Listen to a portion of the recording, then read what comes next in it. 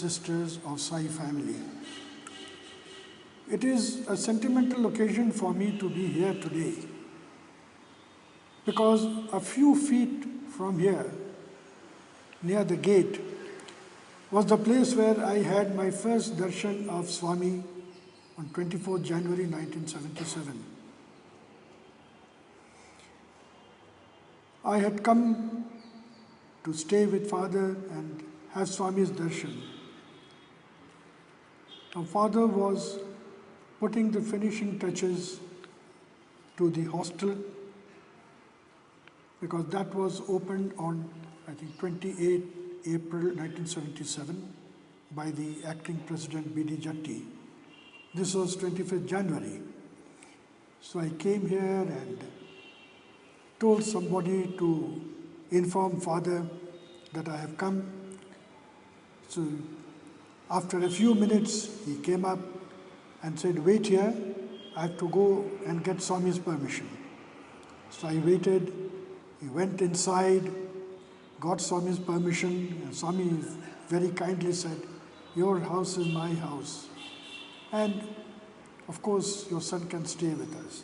And I went in. The place where Father and Mother were staying was a small room which had earlier been occupied by Ishwaramma. There was only one room with a cot. Mother used to sleep on the cot and Father used to sleep in the adjoining interview room. There was a connecting door which used to be kept unbolted at night. So when I came, Father and I used to sleep at night in the thick carpet in the interview room.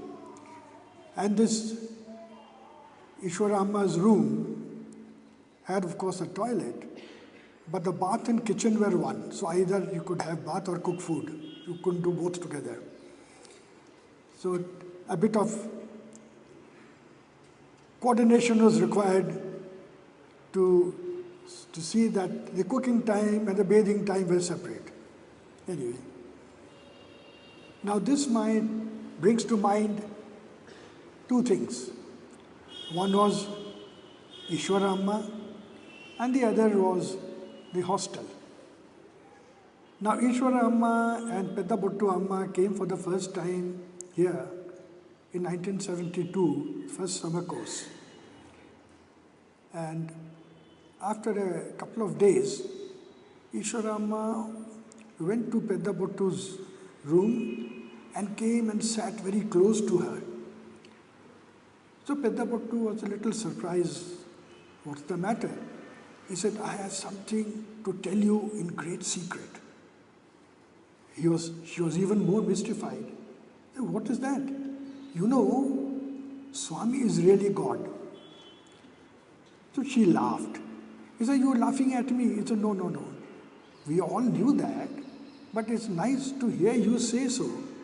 But what is it which made you say that? He said, you know, I've been suffering from fever for the last few days. Last night, Swami came into my room, not in the form that we know him, but as Ramchandra with crown and bow in his hand. And he ordered the fever, leave immediately. And the fever vanished and I became as normal as I was. So Peddabottu said, you are indeed blessed because you have had a vision of Ramchandra which none of us had. And you know, a couple of days later she passed away saying, Swami, and Swami said, coming. And by the time he came, she had passed away. And Swami said, at the last moment, now she was sitting with Venkamma and her children, and instead of thinking of Venkamma or the grandchildren, what she thought of was Swami. And Swami said, that is the hallmark. Now that part is Ishwaramma. Now comes this hostel. Now before coming to this hostel, Swami had tested Father in the construction of the stupa. in Prashanti Nilayam in 1975 for his 50th birthday. That is after he wrote that letter to Bhagwan, and Swami said, come over. And this work was given to him. Now you know, you're all familiar with the stupa, the construction, the shape. The 5 arches at the base, and the center of the base, from that, there's a stem on which, at the height of 50 feet, are the lotus petals. Now when Swami gave this work to him, he said, as far as unskilled work is concerned, make use of sevadar, ladies and gents. So there were no carpenters available to make this the formwork for the base or the arches. The father thought the simplest thing would be to make a mound of earth in a pentagon, 5-sided figure, and then the sthapati will come and make the shape as was required in the drawing by arches. So that would be the simple thing, and the earth could remain where it is after the casting of the concrete has been done. And that was the simplest and the cheapest way. Now the ladies and gents worked very hard, and 9 o'clock at night one day, they had completed the pentagon and made a mound. They broke off at 9 o'clock at night, and the next day the shaping had to be made, and on the third day the bar benders would come, place the reinforcement, and the concreting would be done. And on that night, sometime after midnight, there was a heavy rainfall. Father woke up, and when he heard the sound of the rainfall, his heart sank. He said, my God, all that work done by the Sevadar, now there will be a sea of mud. What would happen? It will take 3 days to clear the mud.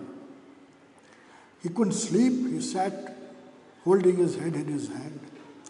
And the morning, at the earliest, he got up and went outside. And to his astonishment, he found the mound of earth exactly as it had been left the previous night, as if somebody had held a huge umbrella over it. All around it was wet, except that mound of earth. She was wondering, my God, how Swami has done this. And the Sevadal also came, and they were equally astonished. Father said, anyway, Swami has done his part, let us do ours. Let's get to work and do our part, and then the Sthapati can take over. And after a little while, Swami came. He said, Bose, you didn't sleep last night, huh? Father said, yes, Swami, but I saw a great example of your glory. And Swami told him some golden words. Job done by devotees with devotion cannot be harmed. And that was a wonderful statement. And they got to work at about 5 o'clock in the evening. Swami came and told Father, Aaj tarpaulin laga dena. That today, put tarpaulin. So Father realized that rains would come again, but Swami had warned him, so he made arrangements and got tarpaulin put, and as predicted, it rained, but then he was prepared. Now the work was done. Swami said, now you go home and come for Sankranti. This is 1975, Swami's birthday. So Father, Mother went back, and for Sankranti came to Puttaparthi, and Swami promptly whisked them away and brought them here and said, you have to do the hostel building. Now those of you who are familiar with this will know that the previous year, Swami during darshan told the boys, it is my duty to look after your comfort, and for the sake of your comfort and convenience, I've decided to construct a hostel building right next to the college building. You will be very comfortable and convenient. Swami's announcement was received with stunned silence, no smiles. And next day, a young boy got up slowly and hesitatingly offered a letter to Swami. And you know, I think most of you know about the letter, and said, Swami read the letter and called the warden. Read it out so that everybody should know what has been written therein. And this boy had written in brief that, Swami, have we done something wrong to you? Have we disturbed you? Have we done something that you don't like? Otherwise, why are you sending us away? What we need, what we love most is your proximity. Even gods can't aspire to that. And after having achieved it, Swami, you are sending us away. It is a very sad occasion for us. And those who were here at that time, of course, the work started, but not everything at the same time. If I remember, the dining hall was made earlier, and then the rooms started coming up. Now, at that time, when I came here and I saw this work going on, and even when this was inaugurated, none of us imagined that my son and my brother's son would one day study here and do their graduation from here.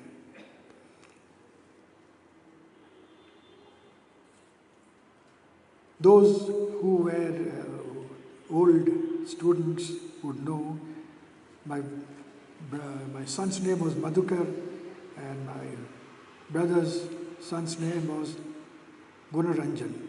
Both names kept by Swami.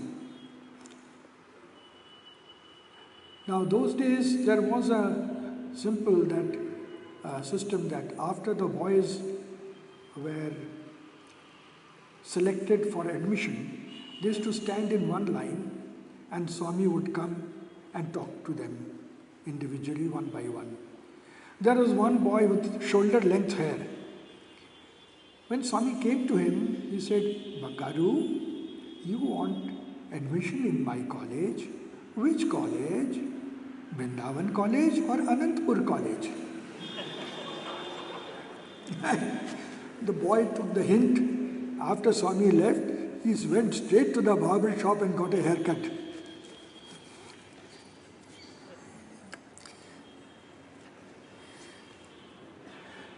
Now, this college is unique in one respect. All Swami's education institutions have been inaugurated by president, vice president, somebody or the other. But this particular college was inaugurated by God himself. Swami inaugurated it on 18th May 1978. I think this is something which we tend to forget because Swami was so close to us. We say he is God, but then we forget that he is really God. So this is unique, the only college to be inaugurated by God himself.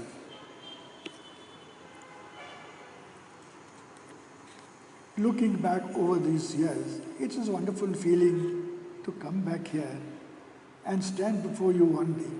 In this place, my son Madhukar was then just 2 years old. My daughter was 9 years old, and they used to play in the sand here. Anyways, we came here for the 78 summer course, and my daughter was very outgoing and she used to go with the Anantapur girls and sit with them for lunch. And it was 78 at that time that Brahmarpanam, Brahmavi, this was started. And in our family, my daughter was the first to pick up Brahmarpanam. And every day, we used to listen to speeches by great scholars. And in the evening, Swami used to give his discourse. Now you remember, one scholar said, Hinduism is based on 4 concepts.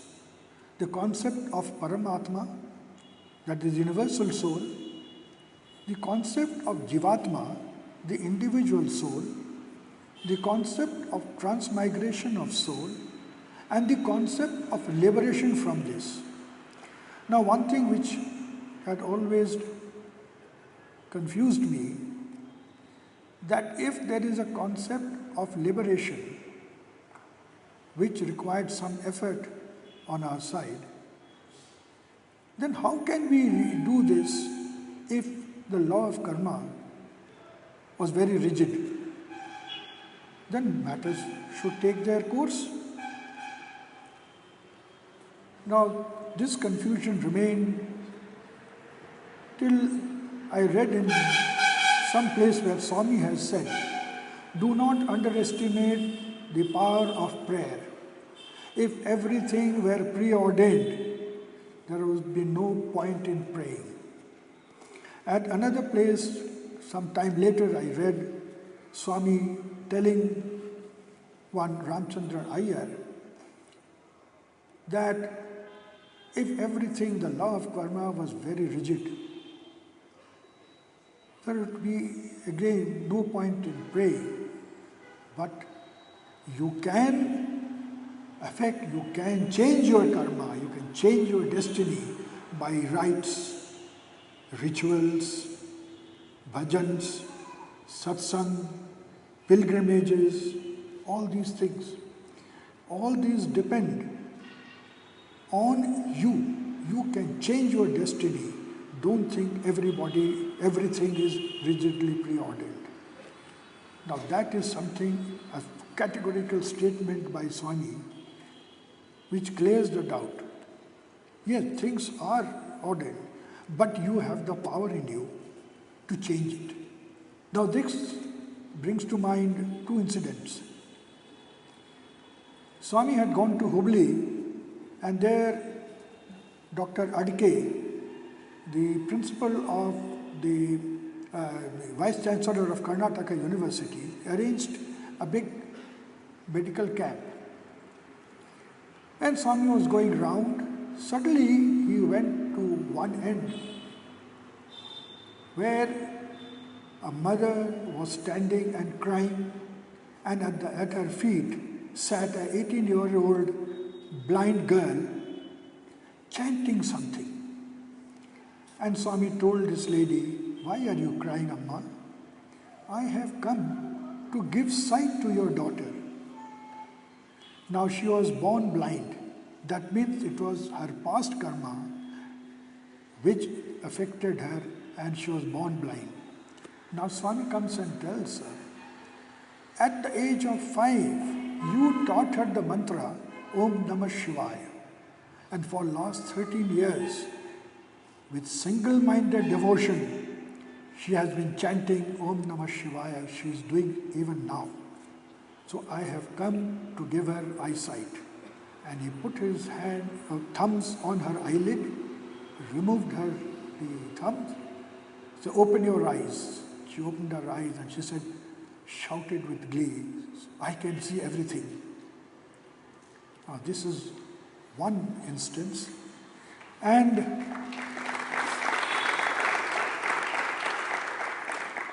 Dr. Adke had asked Swami, can I invite reporters and photographers? Swami said, yes, why not? Let people know. And so next day, the newspaper carried an account of this girl getting her eyesight back. So double the number of people turned up the next day. And Swami again was going round, and there was this European lady sitting on a rock some distance away from the main Swami's route. She had crutches because she had a defective leg, because of which she had to use crutches. Swami went straight to her, said, I am glad to see this newspaper in your hand. I made sure that newspaper would reach you. Now get up. So with the help of the crutches, she stood up. Swami said, give me the crutches. He took the crutches from her, laid it at one side, and he said, your devotion to Jesus is phenomenal. I have come to cure you. And he held her left hand and said, run. And this lady who had walked all her life with crutches looked at Swami and then started running. And she came back running and shouted with joy, Swami, I am cured. Now, she was born with a defective leg. So again a past karma. And here is the Lord curing her because of her intense devotion. Now, once Swami was sitting with a number of people, and amongst them were some scholars and wise people. And Swami said, now tell me, what is the greatest? Now that was a question which stumped everybody.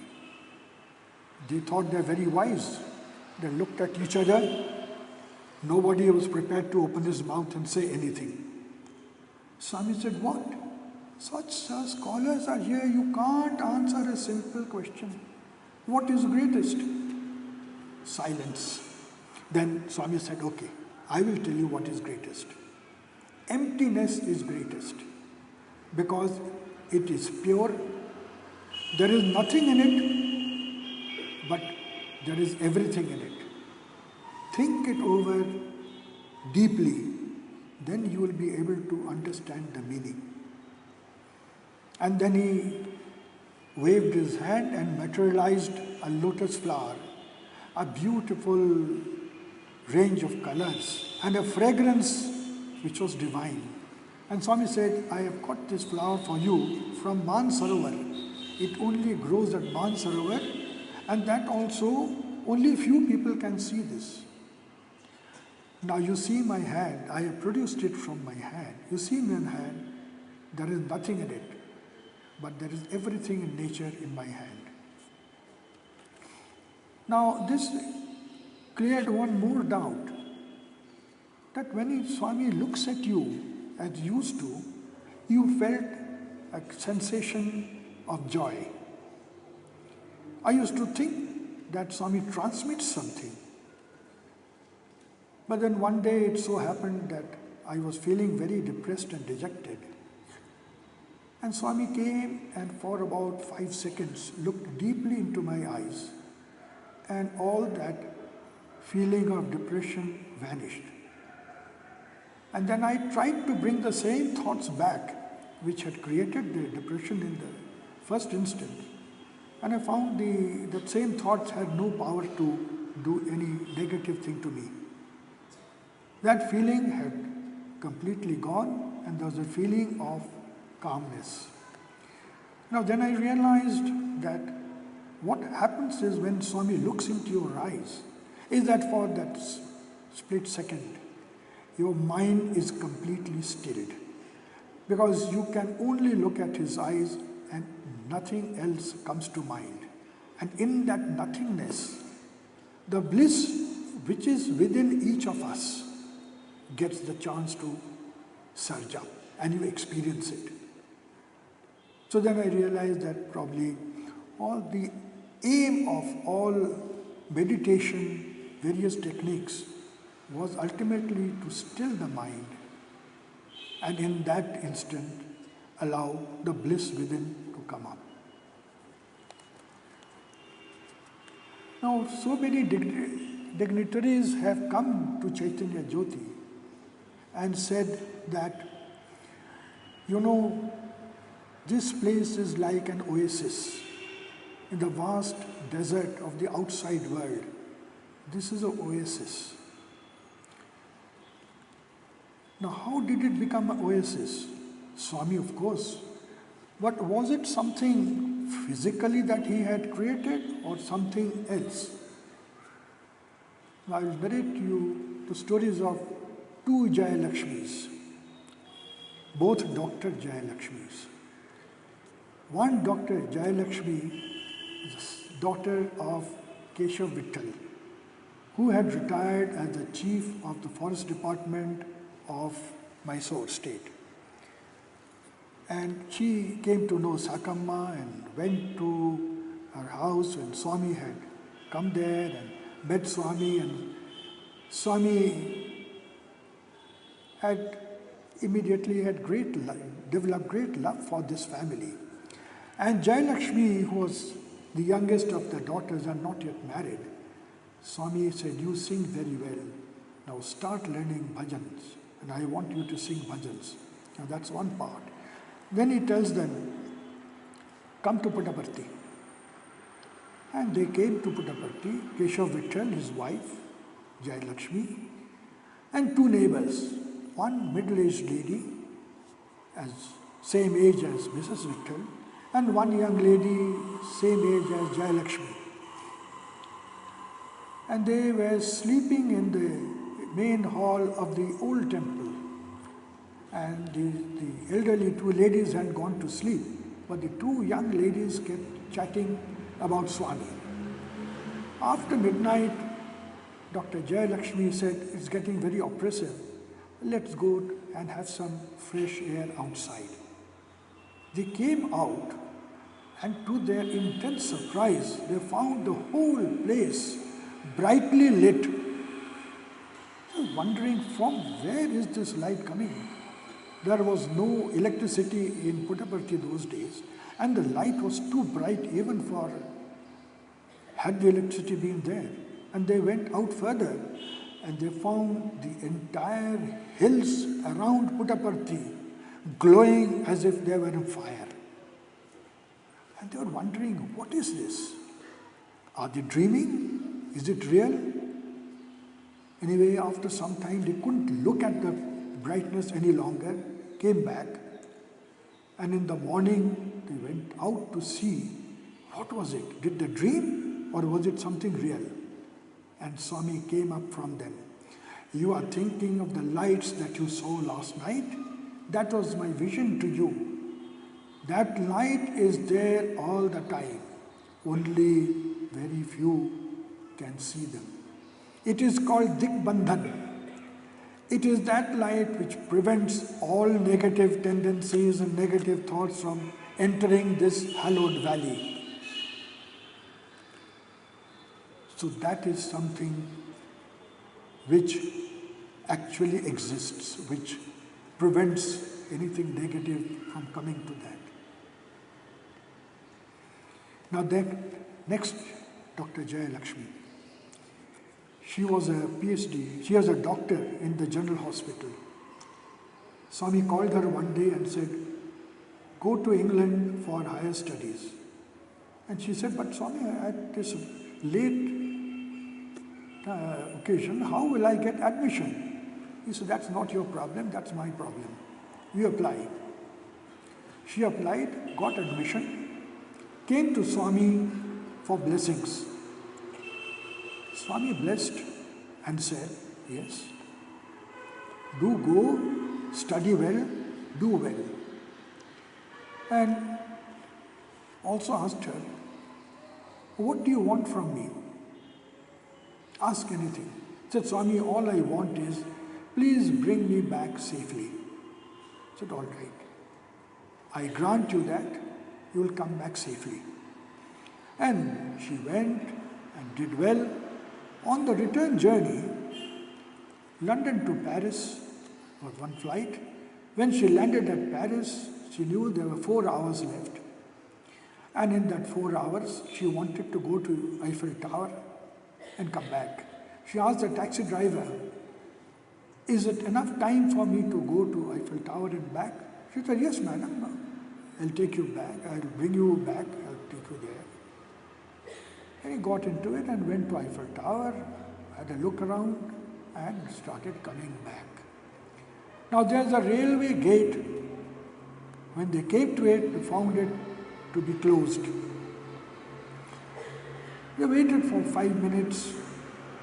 The gate wouldn't open, and this Jai Lakshmi was getting more and more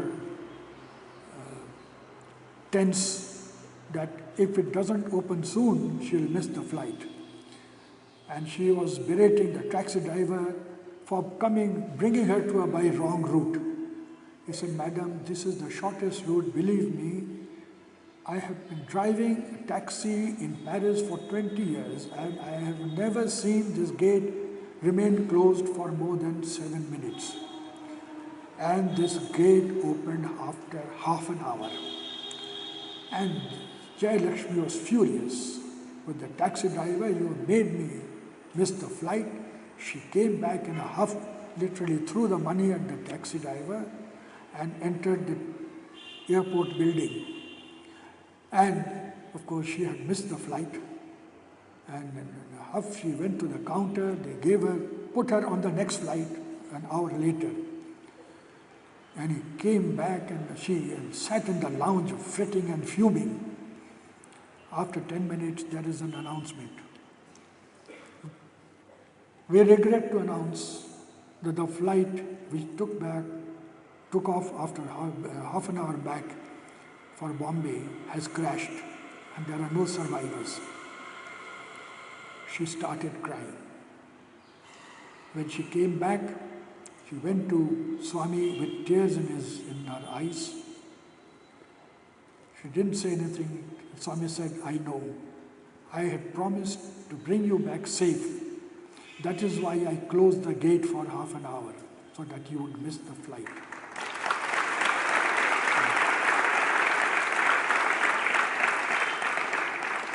So you had no business to scold that taxi driver. Once you take refuge in me, then know that whatever happens is for your good. Anyway, past is past. Remember this lesson for future.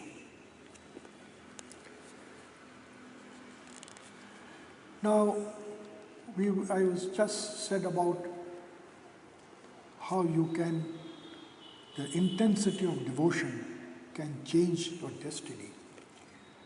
Now, Swami says the simplest sadhana and the strongest sadhana in Kali Yuga is Namasmaranam. And he said, "I will tell you a story." He said, once Narad thought, there's so much of wrong things going on in the world. If Vishnu gave me one chance, I would go and set everything right. And here Vishnu is sitting and not doing anything. So Vishnu came to know about it and called Narad. "You think you can set everything right, all right? At such and such a place, in a forest, you go there, you will find a crow. You stand in front of the crow and say Govinda 3 times. So Narad went, chanted Govinda 3 times. The crow also said Govinda 3 times and fell down dead. Narad scratched his head. He said, "What is this?" Came back to Vishnu and said, "This is what has happened." Okay. Now you go to this place and there the parrot will be sitting on the branch of a tree and you say Govinda 3 times in front of the parrot. And come back and tell me what happened. And Narad went again and he said Govinda, Govinda, Govinda 3 times, and the parrot also said that and fell down dead. Narad said, "My God, what is this happening?" Went back again and Vishnu said, "Oh, this has happened. Now you go to a Brahmin's house in Benares. The cow has given birth to a calf. Now you go and chant Govinda 3 times in front of the calf and come back and tell me what happens." He said, "Oh Lord, don't get me in this trouble. If the calf dies and the Brahmin curses me, I've had it." He said, "Don't worry, I'm telling you." She went there and stood in front of the calf and Govinda 3 times. And the calf also said Govinda 3 times and died. And Narad ran from there before the Brahmin could curse him. And came and stood in front of Vishnu, they were shaking. My Lord, you are going to get me into serious trouble. I just escaped being cursed. He said, all right, now you go to such and such a king. A baby has been born to that king, and you go and chant Govinda 3 times. He said, Lord, I am not going there. You will really get me beheaded. He said, I am Vishnu, I am the Lord, I am telling you. Do this once. After that, if something bad happens, don't come to me again. So he went there, and the king was very happy to see him. Oh Lord, you have come. I am blessed that Sage Narad has come to me. A baby has been born. Please come and bless the baby. So he went inside and said, well, I don't want anybody here. So the queen also went out, and he said, Govinda, Govinda 3 times. The baby opened his eyes and said, I am so happy to see you, O Lord Sage. I was a crow. You chanted Govinda 3 times. I also said so, and I took birth as a parrot. The same thing happened again. Now I took birth as a calf. And after that, with your grace, chanting Govinda 3 times, I have been born as a prince. The name that you told me to chant is so powerful that in 3 short births, I have been born as a human. So Narad went back and told Vishnu what had happened. He said, now you realize when I told you to do this, it means the powerful, how powerful is the name of the Lord. A being from crow to prince in a short time. That is the power of this name of Lord.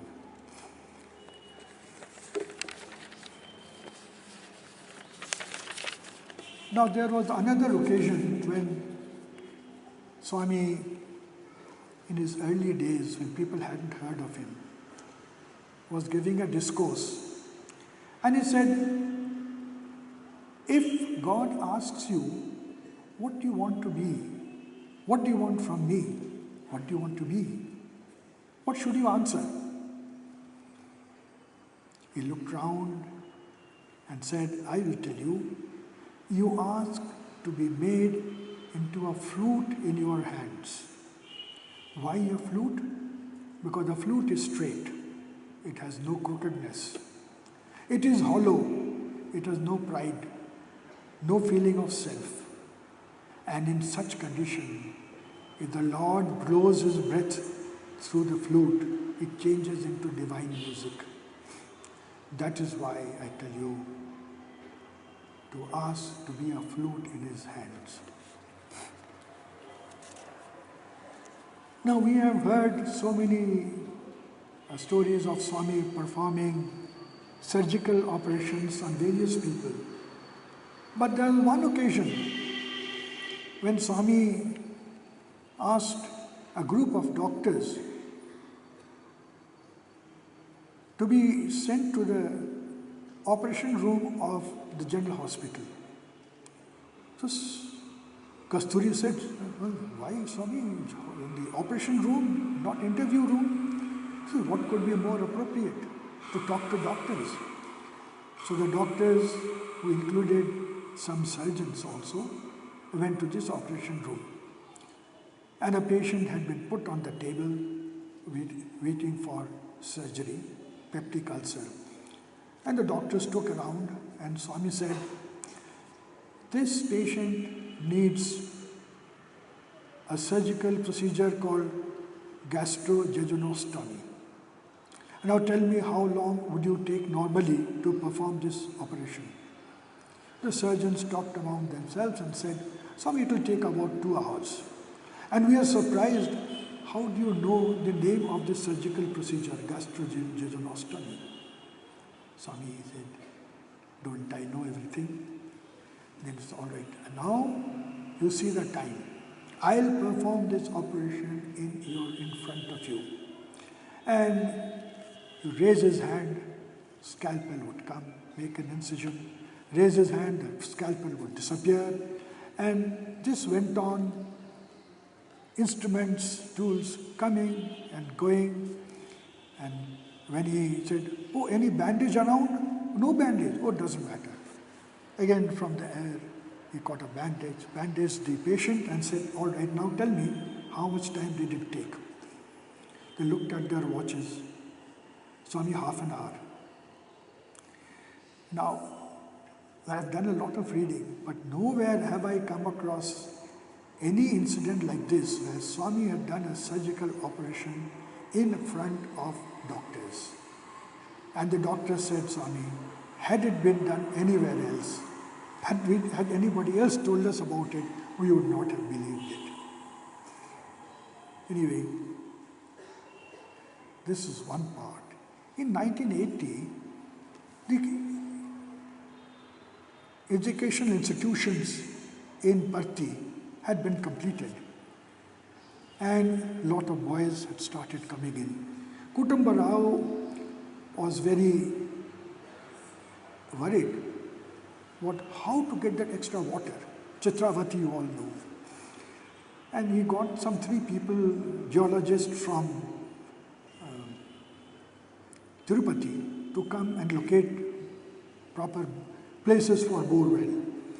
And they located 3 places. Swami was informed by Kutumba Rao, and Swami, can you come and select which is the best place? Swami went there with him, said none of these are of any use. He picked up a pebble, he said, I will throw this pebble, mark the place where it lands. Did that. Kutumba Rao went there, Swami, this is the place. Well, drill the borehole here. That was done, and it produced more water than any of the others which were thought to be. And it is still in operation there. Then Father was brought back here to do the try. In between he had done this accommodation, the administrative building of the university, which he still asserts was his most difficult project. Now he came here and constructed the trai. It was inaugurated, I think, on 26 May 1980, 26 April 1984. And you know, the trai sessions used to be most wonderful sessions of interaction. And one of these trai sessions, there was a boy from Kerala, and Swami looked at him and said, why is this castor oil face? Then he waved his hand and materialized a pair of earrings, which he gave to this boy. Again he waved his hand, one more pair of earrings, gave it to this boy. Now Professor Anil Kumar couldn't contain himself any longer. Swami, why are you giving these earrings to this boy? I have 3 daughters. If you give the earrings to me, it will be some use. Swami said, keep quiet, you don't know. This boy's mother had a very great desire to make earrings for her 2 daughters. She died before she could fulfill these wishes. This mother has fulfilled the wishes of that mother.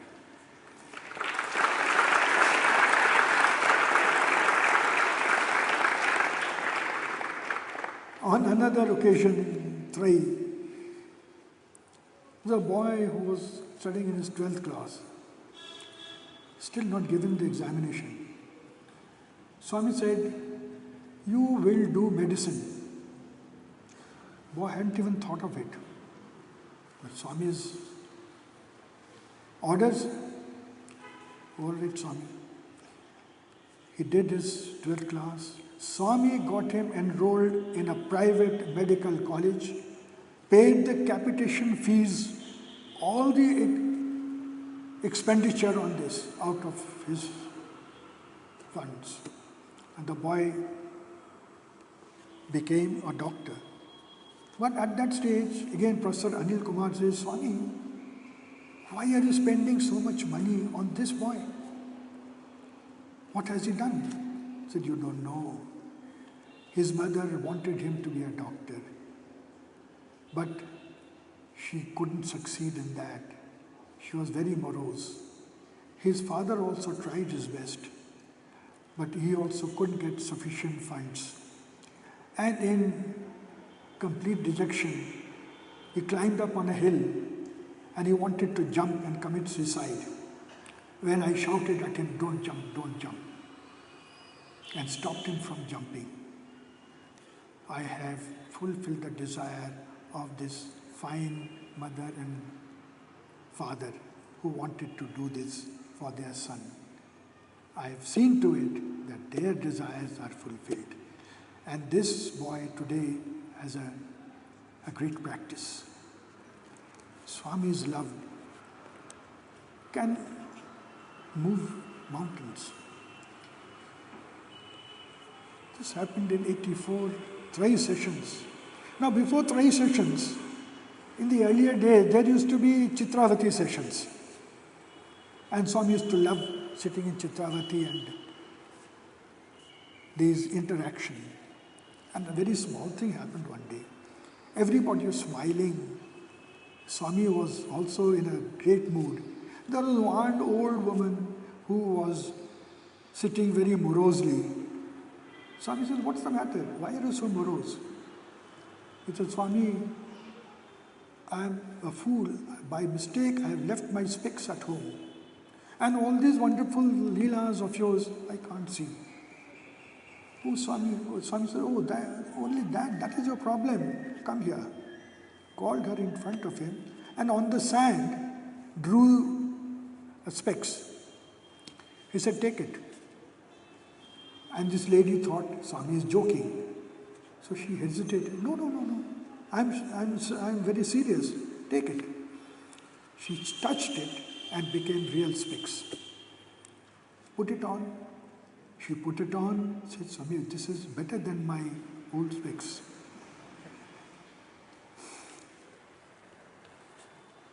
Now I'll come to this, I think, for what you've been waiting for, a lot of you. You know, in front of the new mandir in Puttaparthi, we used to sit on sands in the old days. Then Swami told my father to get this place concreted, which he did. Now, after he did that, he fell very seriously ill, and Navratri had started. On the last day, Dasara day, the fever left him, he had remission, and against all advice, he said, I must go and hear Swami's discourse on Dasara and get Shanti Jal. Can't miss that. And he went there, sat on a chair for the first time. Swami started his discourse, and I used to start with a Telugu poem. He started it, and my father fell down from the chair. The Sevadal immediately came and laid him out. Dr. Chari and Dr. Patel, who were sitting behind him, came up immediately, found no heartbeat, no pulse. Swami had in the meantime switched off the mic and rushed towards Father. Nobody had seen him walk too fast. He had his right hand clenched as if he was holding something. As he neared Father, the two doctors waved their hands that he is gone. Swami didn't pause, brushed him to one side, raised Father's head with his left hand, and with his right hand he did this. Father opened his eyes. People clapped who were watching this, and mother and sister were sitting far away. They hadn't seen what happened. They saw Swami rush somewhere. They heard clapping, and they said, whatever happened, something good must have happened. So Swami came back and resumed his discourse as if nothing has happened. He told Father, get up and go and sit near the steps, you'll get fresh air. Went back, started his discourse as if nothing has happened. This was 20th October 1988. And discourse continued, discourse got over, Shanti Jal over.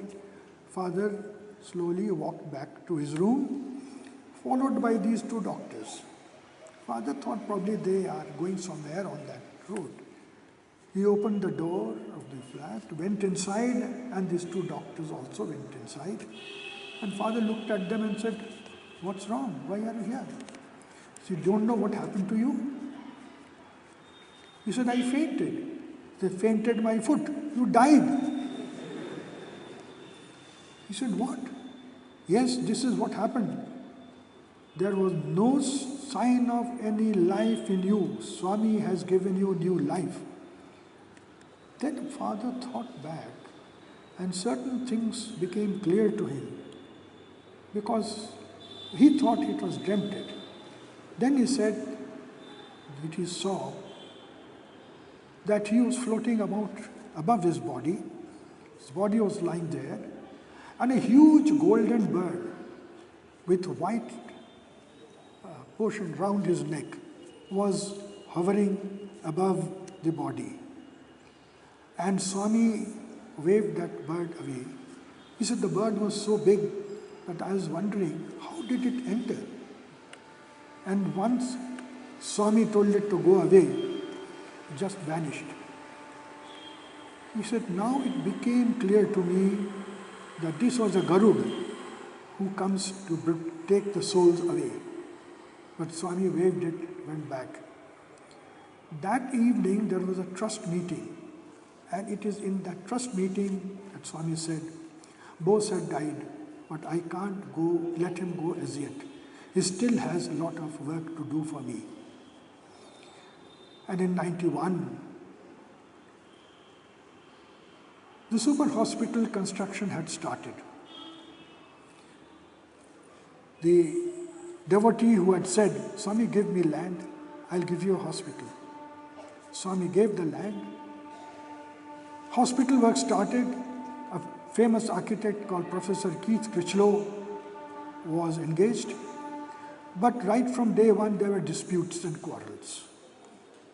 And in 6 months' time, only some staff quarters had come up to lintel level. The main building foundation hadn't even started. When this gentleman goes to Swami and says, Swami, my money is over, what do I do? Swami said, go home. But Swami, I said this, that. He said, that's all history. Now you have nothing else to do, you go home. He packed him off, called Father, take immediate charge. This is first week of May. Take immediate charge. If necessary, put 2,000 people on the job. Call your younger son, he will help you. That's my younger brother, he is an architect. He lives in Pune. So call him, he will help you.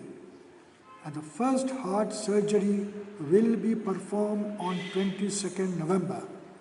This is the first week of May, and the foundation of the main building hadn't even started. And as you know, the first heart operation was performed on 22nd November. My brother had to do all the running around. Father was already 82 at that time, so he couldn't move along, but he knew what's going on. He could take charge and get the LNT to really move. And for the first time, an inauguration took place without fanfare, without speech making. Narasimha Rao was the Prime Minister, landed at 9 o'clock, taken to the operation theatre, cut the ribbon, taken to the operation theatre, and 4 heart surgeries were done in a space of 3 hours. There is a mistaken notion that Dr. Venugopal did the first heart surgery. It is not correct.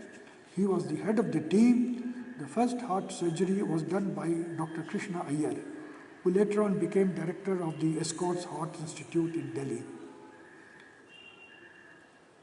After inauguration, that was the main hall, the main dome, and the cardiac side. The other side took 6 more months to complete. So today when I go there, I see and remember how it all came up. In between, I had come on leave sometimes and to see how it's proceeding. It was amazing how things happened. And the night previous to the inauguration, it rained, of all things. And the L&T spent the whole night getting quarry dust from the quarries and spread wherever there was mud and water. So by the time next morning, when Prime Minister came to inaugurate, everything was all right. I don't know how it happens. It happened in Chaitanya Jyoti also. This building, which had a lot of technical difficulties, we constructed in 1 year and 2 days.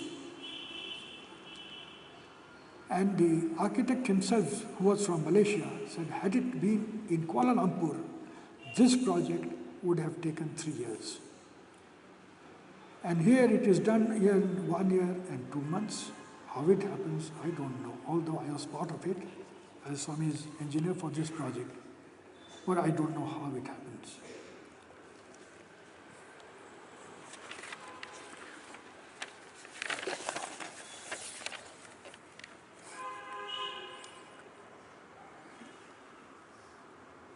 Now, one thing which happened, it cleared a lot of wrong notions. When you see people being called for interview a number of times, we feel, oh, you must be a great devotee. And Swami giving rings, watches, bracelet, and chain. It's called the Grand Slam, I believe.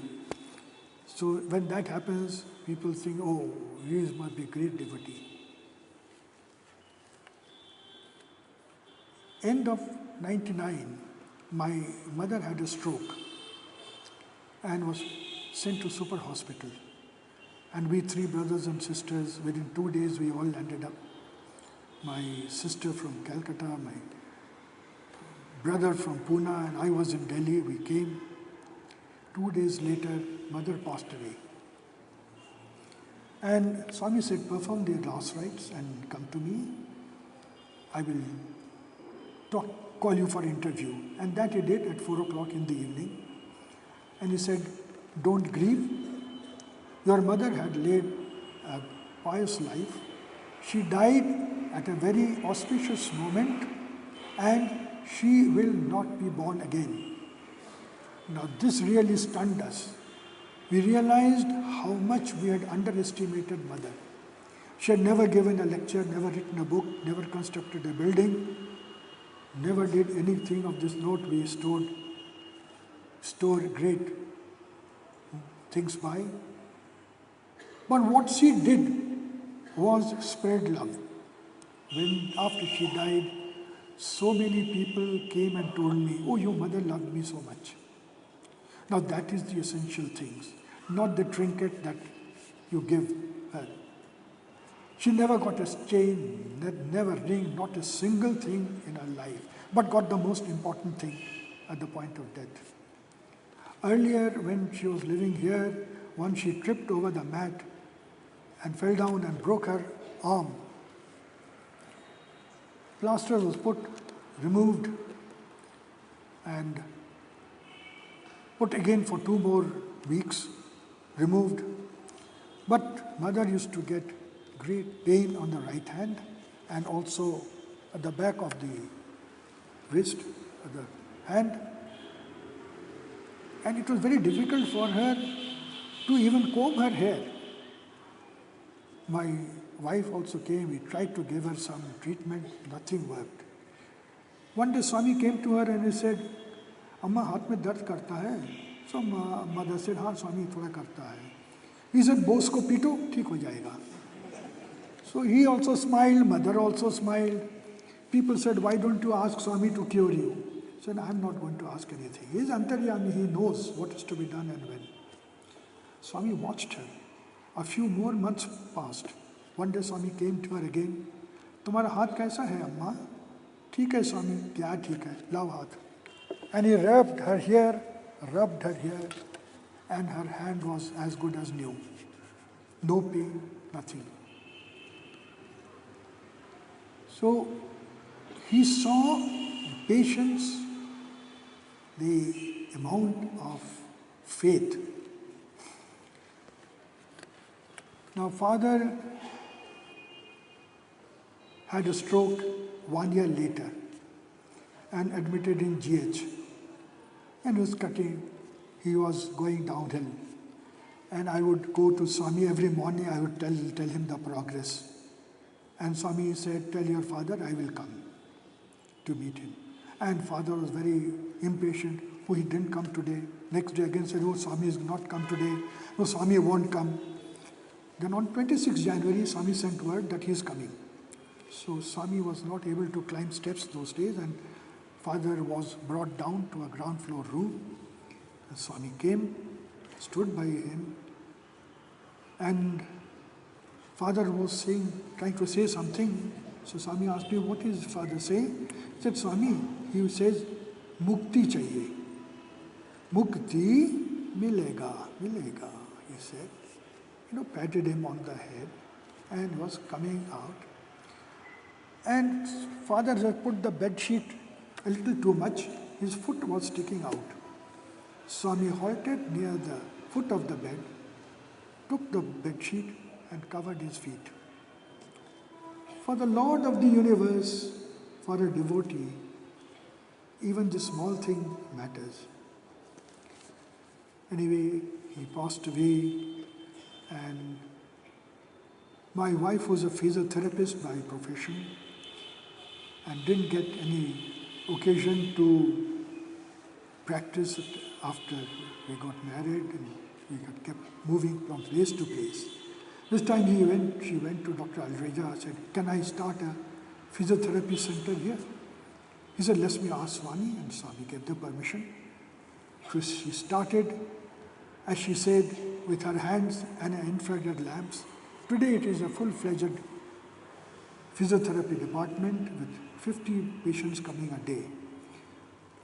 Now my sister had this wish that my two brothers, got a chance to serve Swami if she also could get a little chance. Swami fulfilled her wish also, and she is now a regular visiting professor in English.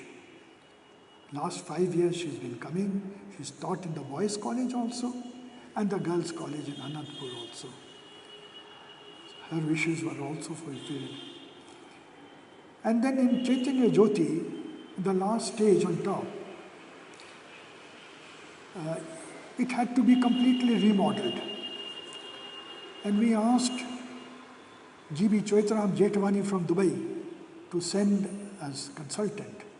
And he sent the representative of a consultant. A lady came and we interacted with her for a few days. She went back and sent a quotation for 18,000 pounds sterling. Now 18,000 pounds is a hell of a lot of money, about almost 15 to 16 lakhs. So he said, it's crazy, so much money for this. Then I thought, instead of going around here and there, let us try near at home. My sister's son is a graduate from National Institute of Design, Ahmedabad. And is in Delhi and regularly does some work in any exhibition that takes place. So I caught hold of him. He did a beautiful design, absolute professional. Today people come and praise it. And he didn't charge didn't take a single paisa, not even for his journeys. We saved 18,000 pounds and got a beautiful thing, and he got an opportunity to do something for Swami. So we have been blessed a lot. And now 4th generation devotees are coming up, my daughter's 2 sons, and my son's, Madhukar's son. was a year and 3 months old, can't say a single word, but can do Sai Ram.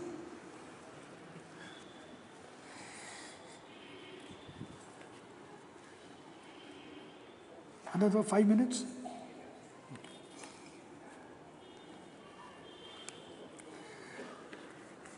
Now Swami had told Dr. Upadhyay to hold medical camps in Shirdi. And after that, when he came to meet Swami, Swami said, tell me one thing.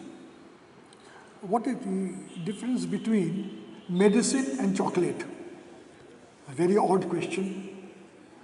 So the pharmacist also scratched his head. No answer. Swami said, I'll tell you. If there are 5 chocolates and 10 boys, you can break them into 2 and give them. But if there are medicine for 50 patients and 100 patients come, you can't make half of them and give it. You can only do 50 patients. So Upadhyay said, but Swami, what happens to the remaining 50? I can't send them back empty-handed. Swami said, give them vibhuti. Vibhuti, Swami. But if they don't have faith in it, where is the question of faith? Now you are an eye doctor. Suppose a kidney patient comes to you, what do? Swami, I refer him to a kidney doctor. And how do you do it? Swami, on my notepad, I write his name, write these things, and I send them. And then the kidney doctor takes over. He said, in the same way, when you put vibhuti on a patient's forehead, he is referred to me. Then I take over.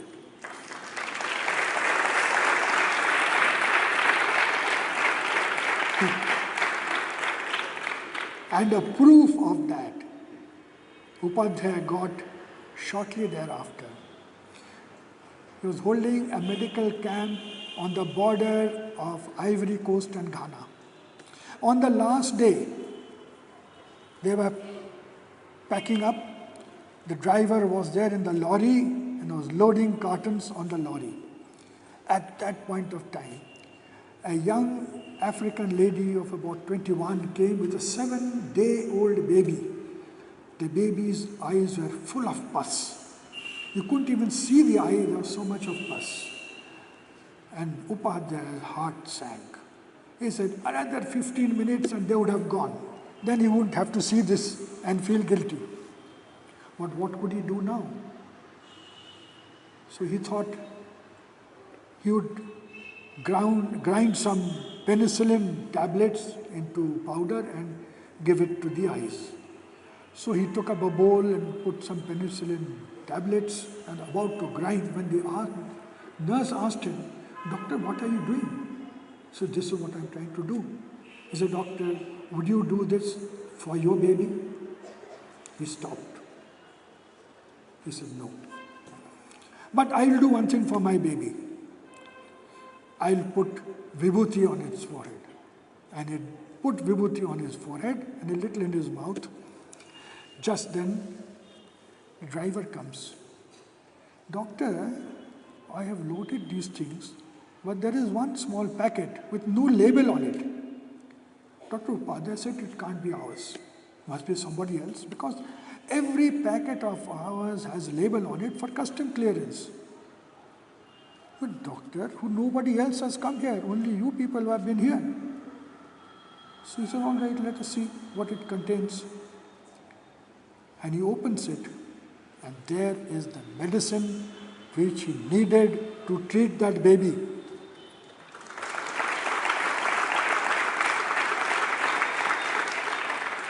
See the time lag between vibhuti on the forehead of the baby and the coming of the medicine.